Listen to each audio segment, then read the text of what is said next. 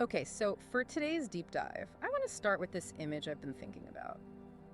Picture a huge lake, completely silent, right at dawn.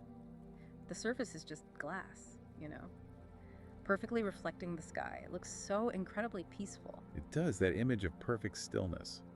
But that's just what we see on top, isn't it? Exactly. Beneath that surface, there are always currents moving.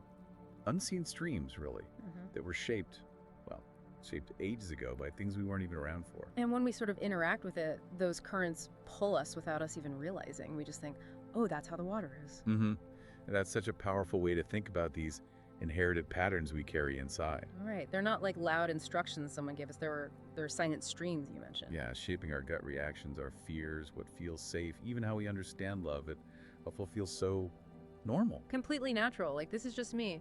Until suddenly you hear your own voice, maybe using a tone or making a judgment, and you think, wait, that sounds exactly like someone from your childhood. Yes. And that moment, that tiny flicker of recognition, that's really the beginning, isn't it? The doorway. The doorway to seeing it clearly.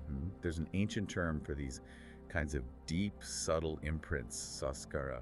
And they're not just personal, they're often intergenerational.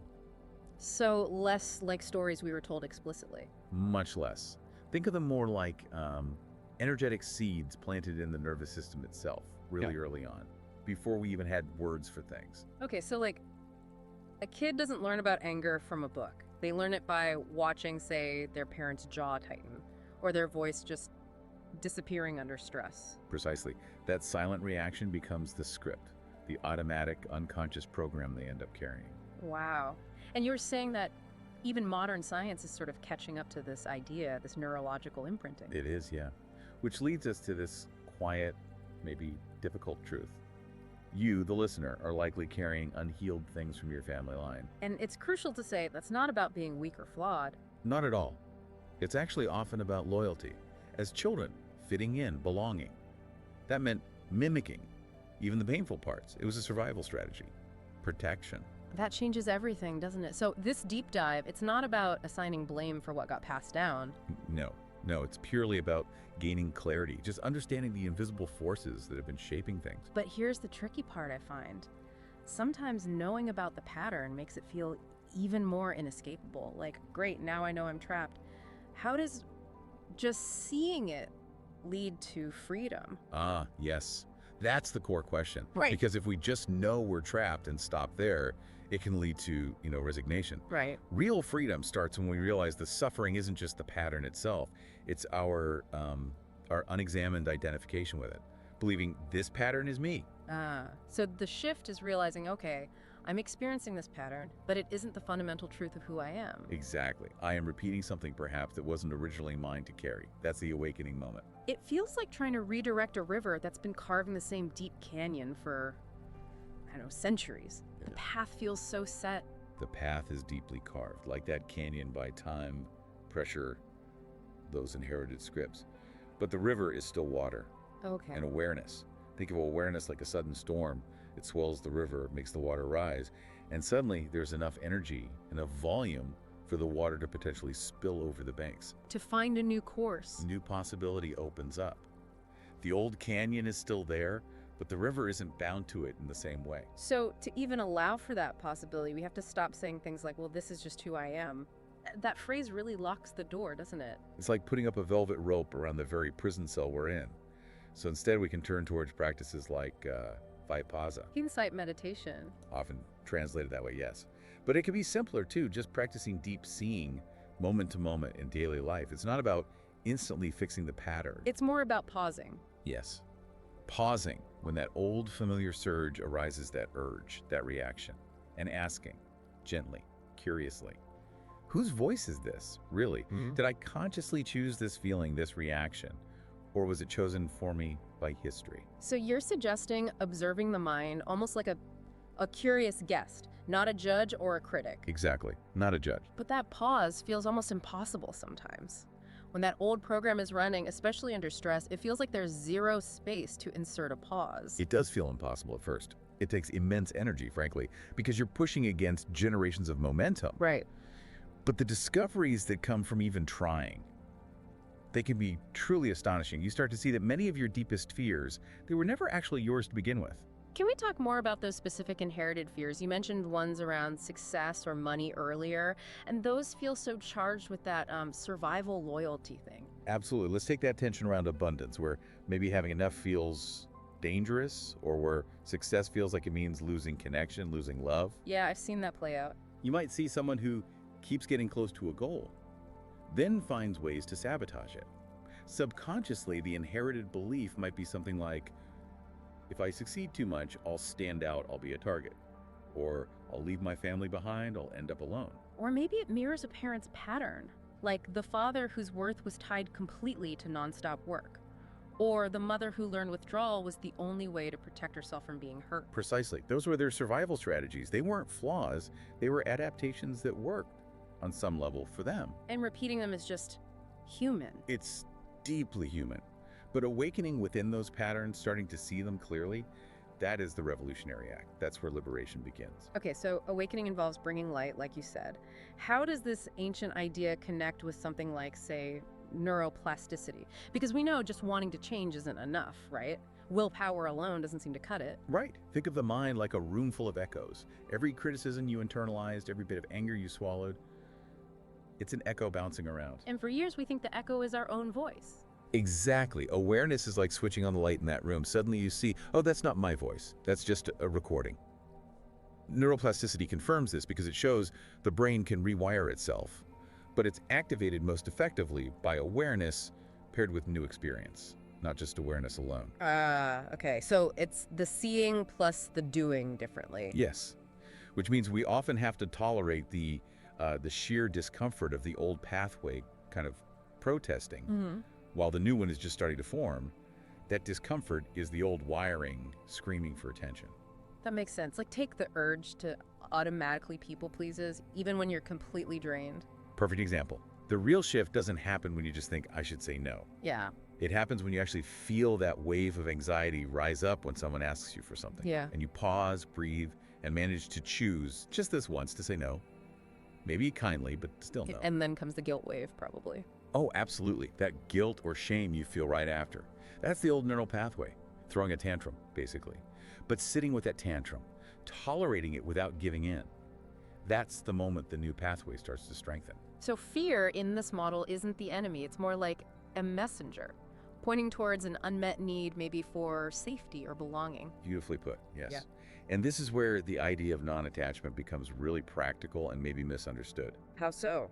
It's not about becoming cold or cutting people off. Yeah. True non-attachment in this context is about releasing the compulsion to repeat the painful cycle. Okay. You can absolutely honor your parents, love them deeply, and still refuse to let their unresolved pain dictate your life choices now. That refusal, that conscious choice, is what starts to create a different future. So we've seen the pattern, we understand the mechanism, but like we said, when that automatic reaction kicks in, that space to choose seems to just evaporate. How do we actually build that pause? What's the simple, practical way to create that gap between the trigger and the reaction? Yes, creating the gap intentionally, it's crucial. There are 3 really concrete steps we can practice when we feel that old inherited reaction starting to rise. They interrupt the momentum. Okay, what's the first? First, pause. Just stop. Don't act immediately. Don't even think immediately if you can help it. Take 3 slow, conscious breaths.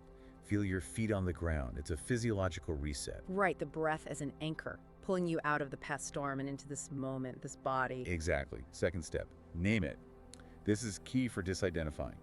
Silently, just to yourself, label the pattern. Oh, this is my mother's anxiety arising. Or, okay, that's the family fear of vulnerability showing up. Naming it makes it an object, something you can observe rather than something that is you. Precisely. Yeah. You are the vast ocean. The anxiety is just a wave passing through. You are not the wave. Okay, pause, then name it. What's the third step? Once you've paused and named it, you've created a little space. Now you can consciously choose anew. How does that look? You ask yourself simply, if I weren't running this old script right now, what would my own wisdom, my own heart, guide me to do? Maybe the answer is rest instead of pushing harder. Or speak up calmly instead of shutting down. Or accept that offer of help instead of insisting you have to do it all alone. That choice, however small it feels, takes incredible courage. It's profoundly powerful. And this feels like it leads to maybe the deepest point of our whole conversation. This idea of applying bodhisattva, which is like the awakened heart of compassion, right? Applying Right. that to family karma.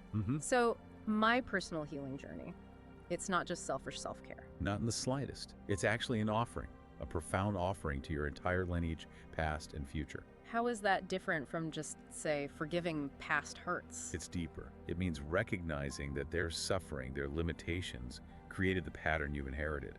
And by choosing differently, by healing it in yourself, you dissolve the need for that pattern to continue.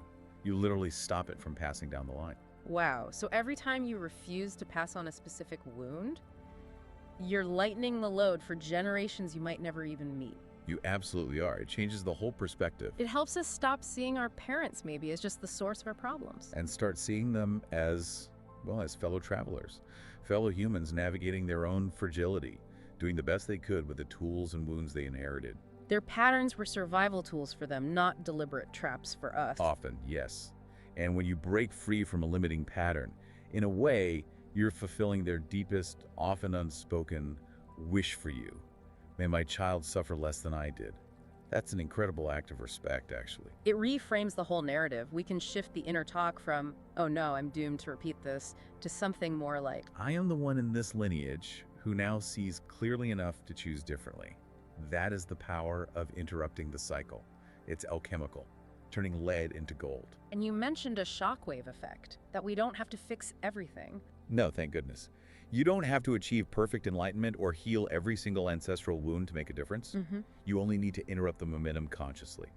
Just once. Just one intentional interruption. Yes. Karma is momentum. Think of it like a huge boulder rolling downhill. You don't have to stop it dead in its tracks. A small, well-placed, intentional nudge can change its trajectory entirely over time. And that nudge, that conscious choice, that's the legacy we leave. Exactly. Maybe decades from now, your child or grandchild faces a moment of self-doubt. And instead of hearing that old internal echo of, you're not enough, They hear your voice, your energy saying, you are capable, you are loved, you are held. and that shift didn't happen because you went on some grand quest. It happened because one Tuesday afternoon, you chose to speak kindly to yourself after making a mistake, instead of repeating the old criticism. It's those tiny daily acts. Setting a boundary, walking away from something toxic, even when the old conditioning screams, don't be disloyal. That's it. That's how you become perhaps the first in your line to make these choices with open eyes, consciously. There's a quiet power in that realization, isn't there, when you feel that shift inside? Knowing you're no longer just surviving your inheritance, but you're actively transforming it. It's profound. And it tells us that awakening isn't some far-off destination we reach one day.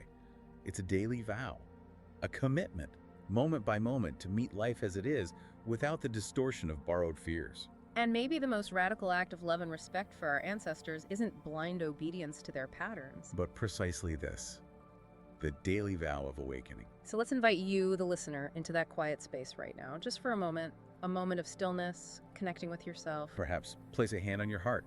Just feel your breath. Breathe into that space within you where all these currents, these inherited patterns reside. And maybe, silently or softly aloud, speak this vow. I am not repeating. I am returning to myself. I think the deepest takeaway here is realizing this isn't just about changing your own life, as huge as that is. It's about freeing future generations from carrying the same invisible weight. The ultimate freedom is remembering who you truly are, beneath all the echoes, beyond all the scripts passed down through time. And maybe the first word, the original word waiting there in that quiet core, Is simply yes. A yes to love without the old fears attached. A yes to peace without needing external permission. You are, in a very real way, healing time itself. yeah.